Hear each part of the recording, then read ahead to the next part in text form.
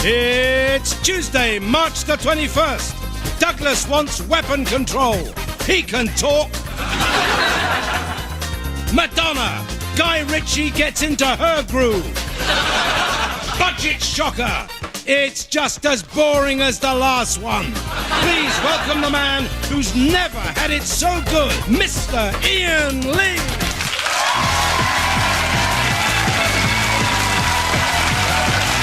You waited. Hello. It's still here. The Jones is still here. That's all we need. That's all we need for a show.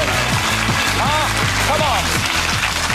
Calm down. Hello and welcome to the 11 o'clock show. Did you see Gordon Brown's fantastic budget speech today? Brilliant. Bit like watching someone use a blow-up doll. You've got a sad single bloke spouting hot air and worrying about the problems of low inflation. Of course, actually, he's just fucking you and me. Satire! That Thatcher, don't get me started, calm down. Of course, unlike previous chancellors, Gordon didn't drink during the budget speech, although rumour has it he did have a quick sherry beforehand. Apparently, she's up for anything. That's it, more knob gags, here we come. So what happened? Well, road tax has gone up. Prescott wasn't happy about that, not with his 3 Jags. He immediately went out and got completely pie-eyed. Nothing to drink, just loads of pies from the big fat... Give me the pies! And booze and petrol will cost more, which is bad news for drink drivers. Mind you, there was good news. There was good news for families up north. They get a whole £1.32 a week extra, which means they'll be able to buy their council houses and still have enough money left over to buy their 20 scraggy-ass kids some shoes. Brilliant. But what hasn't Gordon told us about? Well, according to rumours, what he gives with one hand, he takes with the other. Apparently he's excellent at the sticky biscuit game. Just a joke for the boys there. Or ladies, you should try it, it's tasty. But I tell you what, I'm just glad this budget isn't going to affect me in the slightest. I don't drink, I don't drive, and I only ever smoke after sex. That's not very often. But enough of this budget brouhaha. Ladies and gentlemen, please welcome the girl who's never taxing on the eye. It's her, Miss Daisy Donovan. You came up the ramp today. They've lowered that.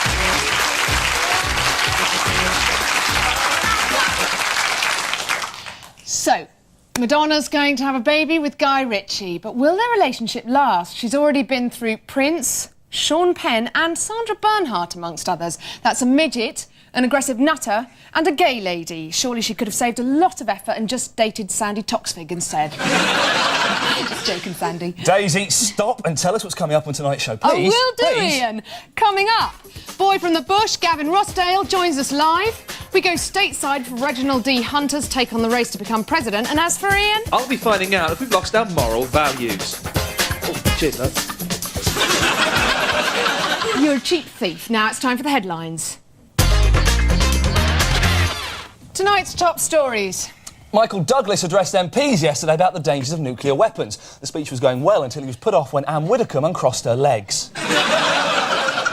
The producers of the proposed film, based on the life of Linda McCartney, have said that the film will play on the more tragic aspects of Linda's life. It'll be a musical. There was concern this morning as emergency medication was rushed to George Best's hospital bedside. On his current tour of the Holy Land, the Pope showed the effects of downing 2 pints of woodpecker cider for lunch. I greet all you in the name of the Father, the gracious and merciful God. Moments later, he remembered he left the oven on at home. To avoid bias, the BBC has told staff to stop referring to Ken Livingstone as Cuddly Ken. Similarly, they should refer to Frank Dobson and not that fat spoon who hasn't got a prayer. In Israel, Yasser Arafat took time out from the peace negotiations to take part in Muslim pop aerobics.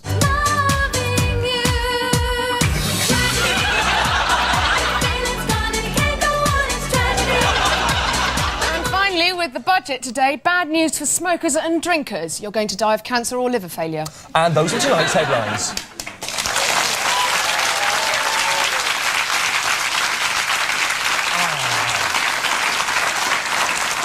I'm not listening. In today's budget, Gordon Brown announced generous rises in funding for the NHS. But are we as a nation doing enough to look after our health? Here's Paul Garner with his report on the health of the nation. Brian certainly led a full and active life. But I think he will be best remembered for his great laughter, his dedication to Sue and the children, his tireless zest for life, and indeed his modesty and restraint. Balls! He'll be best remembered for stuffing his fat face, boozing like a bastard, and smoking like a frigging furnace. And the sad thing is, the whole country is full of morons like this, which poses some pretty serious questions about the health of the nation.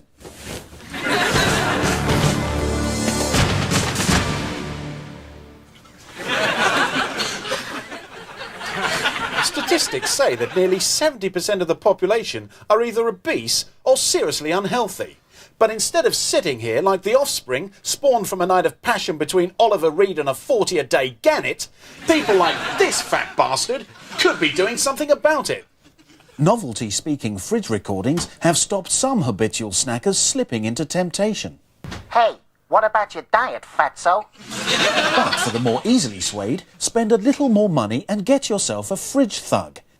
He'll punch your face off if you eat between meals. You're supposed to be on a fucking diet! Smokers who just can't kick the habit should try the new brand Terminal Breath.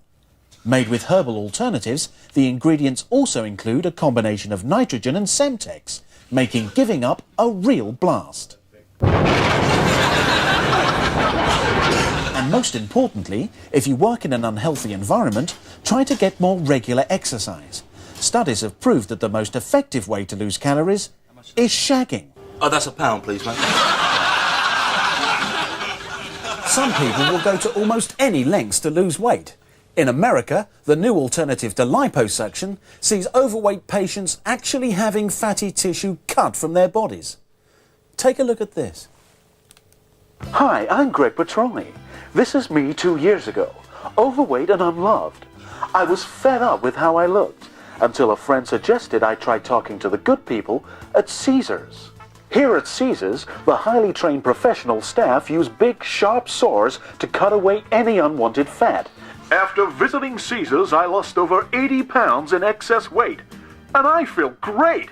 And hey, I even found myself a girlfriend. Hi, honey. Hey, Greg. Caesars. I came, they soared, I conquered my weight problem. At the end of the day, it's up to you to make your own lifestyle more healthy. If, as they say, you are what you eat, that may explain why Michael Portillo is such a massive cock. This is Paul Garner for the 11 o'clock show in Hampshire. Cheers. Oh, you dirty sot! It's a bad taste in my mouth, thank you. Well, it seems that banks are the new beggars. There's one on every high street, they're always demanding money, and every Saturday night you get the urge to piss on one. And why not? A report out today reveals that banks are ripping us off to the tune of £5 billion a year. Think about it, that could buy David Beckham 3 haircuts. So what can you do to stop being ripped off? Well, we suggest you take your money out of the bank and stick it somewhere else. And to help you, here's our exclusive guide to where to put your wonga. You could put your savings under the mattress. On the upside, your money's always close at hand. On the downside, you're never going to pull if you tell people you've got a monkey and a pony under your bed. If you don't mind breaking the law, you could invest your money in a large quantity of illegal drugs. Upside, if things go well, you'll be raking it in. Downside, the only way to get your money is out of a condom stuffed up your dealer's arse. Put it in a hole in the garden. Upside, a hole in the garden doesn't charge you to get your money. Downside, rabbits are notoriously bad at giving mortgage advice. You could put your money up the chimney. Upside, you know your money will always be there. Downside, when you have to hire a Victorian urchin to get your cash out. And that was our guide to getting the most for your moolah.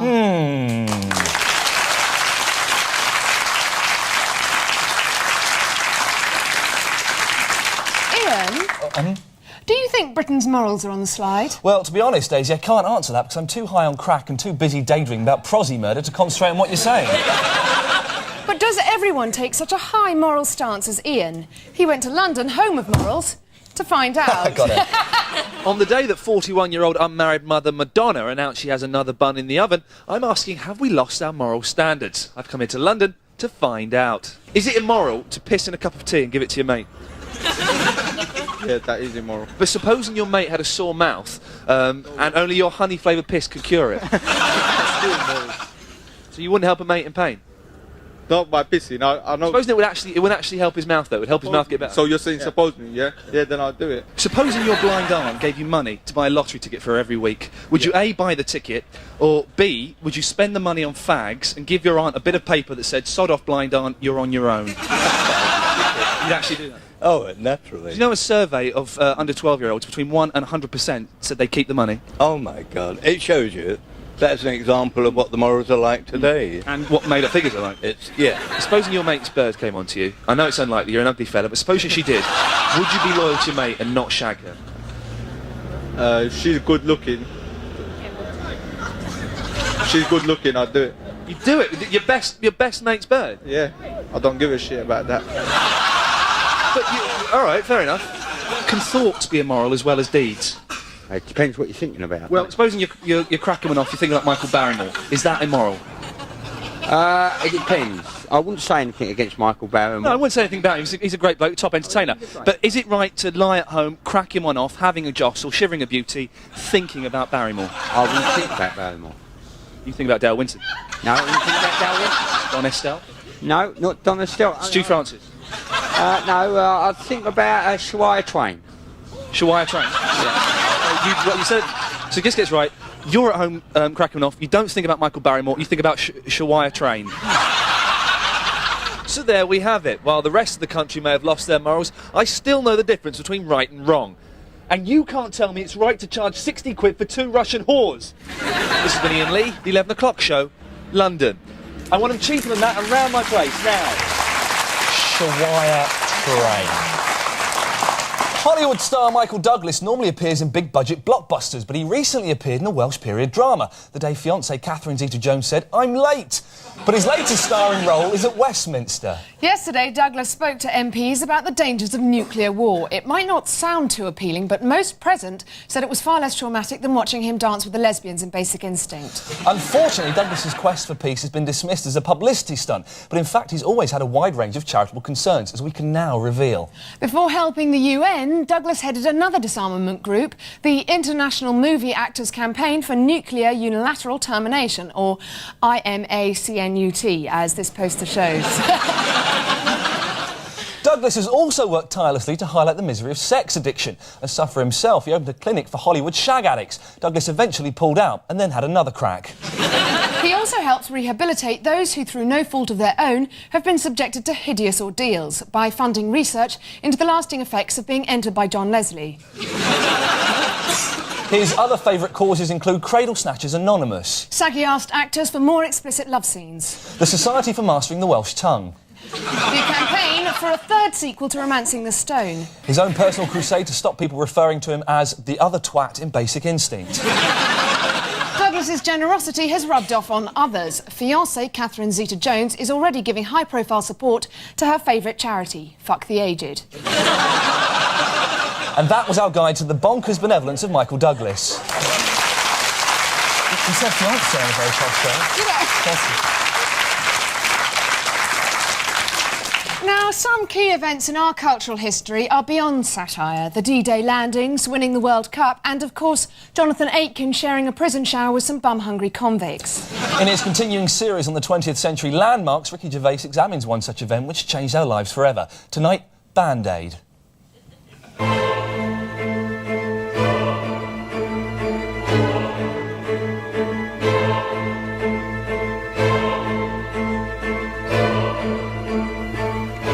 Christmas #1 of 1984 became the biggest selling single of the decade. It was for famine relief, was by Band Aid, and was called Do They Know It's Christmas. It was inspired by a trip to Ethiopia by Bob Geldof and Midge Ure on Christmas Day the year before. The Africans really hadn't made much of an effort. There was no tree, no fake snow, no glitter. They were just lying around in the dust. It was a real down atmosphere. And Bob turned to Midge and he went, "Do they know it's Christmas or what?" And Midge went, "That'd make a good title for a song." Bob went, "Yeah, we could release it as a single and give all the money to the Africans." Midge went, "Well, not all of it." Bob went, "Well, yeah, they're starving." Midge went, "Well, steady on. You know, see, a bit mean from Scotland. Don't get me started on that." Then they organised one of the most memorable live events of all time. Watched all around the world and involving only the biggest, most impressive stars. Live Aid the concert raised literally millions for famine relief, and all out of the kindness of one man's heart. He even got the Boomtown Rats to play, because they were still a big draw in 1985. That's the end of part one. Still to come, top rock totty Gavin Rossdale. And straight after the break, we've got classic clips of full-on live bed action from Amsterdam. You don't want to miss it.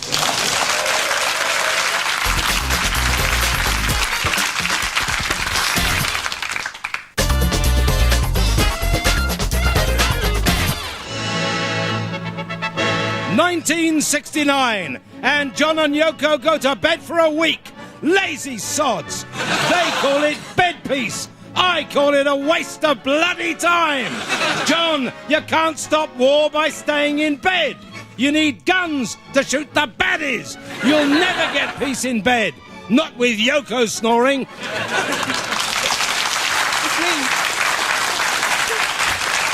Welcome back to the 11 o'clock show. Coming up, the man who cracked America, Gavin Rossdale. But first, it's time for another look at tonight's headlines. Reports claim Hillary Clinton had 12 lesbian lovers. Bill demands to see the evidence, preferably on video. Academy thanks Tramp for finding Oscars. Tramp thanks his mother, his fans and God. Gay disco at psychiatric hospital. They dance to the tunes in their head. British politicians are renowned for listening to the concerns of ethnic voters and then completely ignoring them. But what about the US? Here's our American correspondent, Reginald D. Hunter, with his view on the race for the White House. It's election year 2000, and if George Bush or Al Gore is going to make it to the White House, they're first going to have to be accepted in a lot of black houses. Great strides have been made since the 1960s, but the American South has a long way to go before it realizes Dr. Martin Luther King's dream. I knew Dr. King, and I knew about his dream. But what most folks don't know is Dr. King had more than one dream. He had lots of dreams. Like the one where he was urinating on them turkeys. Despite the economic independence of the Black South, the Republican Party has more or less given up trying to attract their vote. In New Hampshire, they spend millions wooing voters. But in Georgia, they tend to spend a little less. Race relations between blacks and whites in America are much improved, but incidents, such as the recent shooting of a young black man by New York City police, continue to divide the community. You know, the police were begging this guy to surrender. Then he puts his hand in his pocket and pulls out what first appears to be a bazooka. Then at second glance, looks more like a rocket launcher. The cops have no choice except to start firing. I saw it. I saw the whole thing. They shot that brother 56 times, and then they laid a 45 and a naked white woman next to the body. And then they had a cookout while they waited for the ambulance to come. The South is still dominated by what we call rednecks, and their old prejudices and paranoias are alive and well. We want to get rid of the secret gay, Jewish, Negro conglomerate that truly controls this country. For them to say that we have power and influence over the media is just simply ridiculous. And, excuse me. Yes, give it to Will Smith. As I was saying, we have no power or influence over the media because if we did... Just a moment. Yes. Give it to Will Smith. Anyway, as I was saying. This is Reginald D. Hunter, the 11 o'clock show, the White House. Now, Ian, it's time to tell you about tonight's guest. He left London's Shepherd's Bush to find fame and fortune in America with his megastar band Bush. But what was wrong with the Shepherds? There's no doubt he's one of our most famous exports. And here are Bush in action with War Machine. Here comes the War Machine. Such a war machine. Please welcome Gavin Rossdale.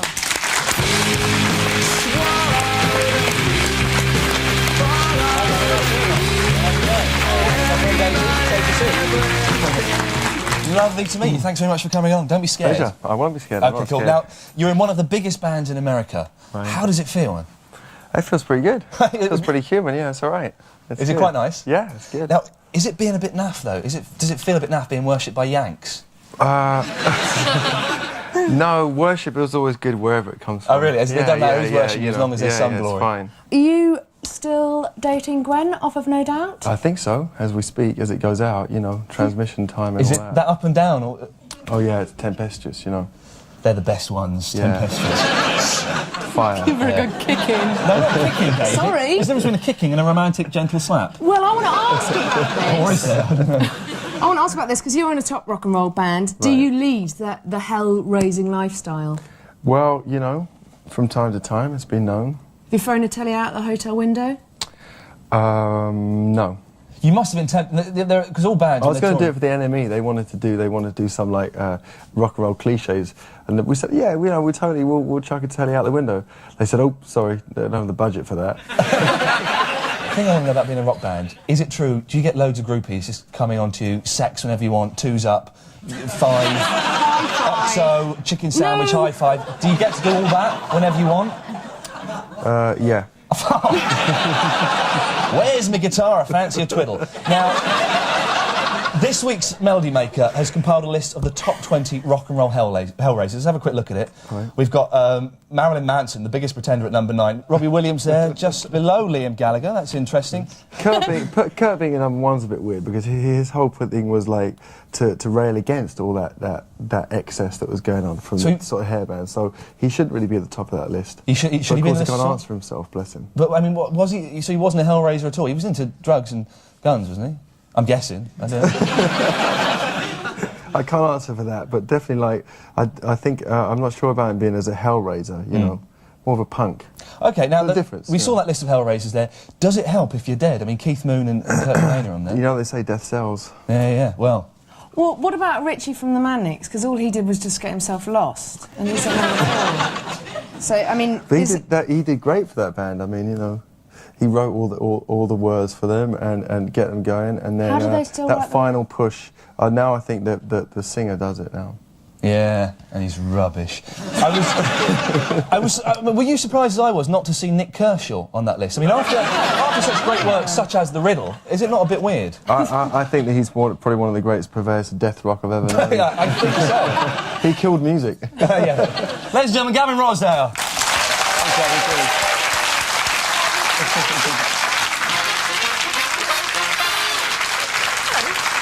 Now time for some news just in. It's been revealed that veteran DJ Alan Fluff Freeman now uses a Zimmer frame and lives in a retirement home. Staff confirm that he is one of this week's non-movers.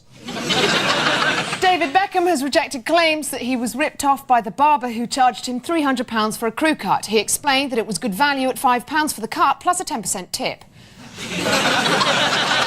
Katie Hill has announced that she's to leave Blue Peter. A BBC spokesman said they have a long-standing policy of changing the dogs on the show every few years. And that was the news just in.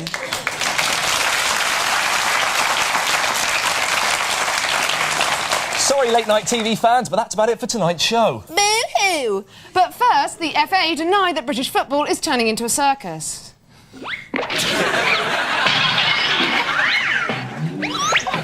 Whoa! Before you go, please don't turn over without heeding this important charity message. Good night. Good night. Hello. Imagine a zoo. Mums, dads, children playing gaily. Polar bears, the aquarium. Oh, look at the monkeys. Imagine it's a zoo in Eastern Europe. Filthy. No food. The keepers treat the animals badly. One even stuck his prick up a penguin. Sick, isn't it? You know, it needn't happen. Please, please send us some money now. Have a heart. Soft, furry animals.